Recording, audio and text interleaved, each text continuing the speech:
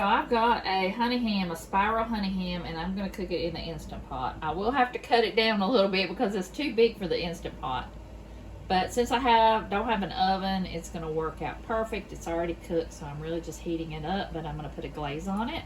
I've got maybe 1/4 of a cup of pineapple juice, and I've got 1/2 cup of brown sugar.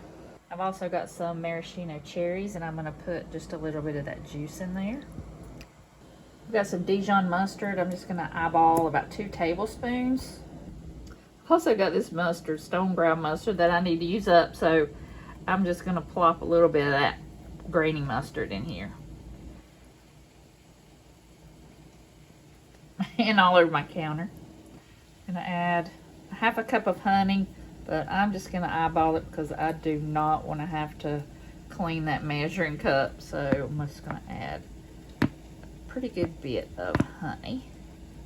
The recipe calls for nutmeg and cinnamon, but I do not like that in my ham, so I'm just going to leave it like this, and I'm just going to stir it together, and then we'll taste it and see if we like it. Okay, I had to cut my ham down a little bit, but it fit, because I don't really need that whole big ham, because we're not going to have a whole lot this time for Easter, so it'll work out perfect. I can freeze the rest. So what I'm going to do is I've got it on a trivet. I'm going to add 1 1/4 cup of water. Then I'm going to take my glaze, and I want to try and get it all between those nooks and crannies. Try and open up. You could probably use a brush if you'd like, but we are trying to get ready for Easter here, and I don't have that kind of time. All right.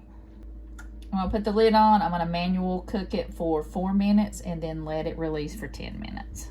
Y'all, I can't believe how good this turned out. I turned on the saute feature and let those juices cook down, and it was just perfect. I don't think I'll make another ham in the oven again. This came out delicious.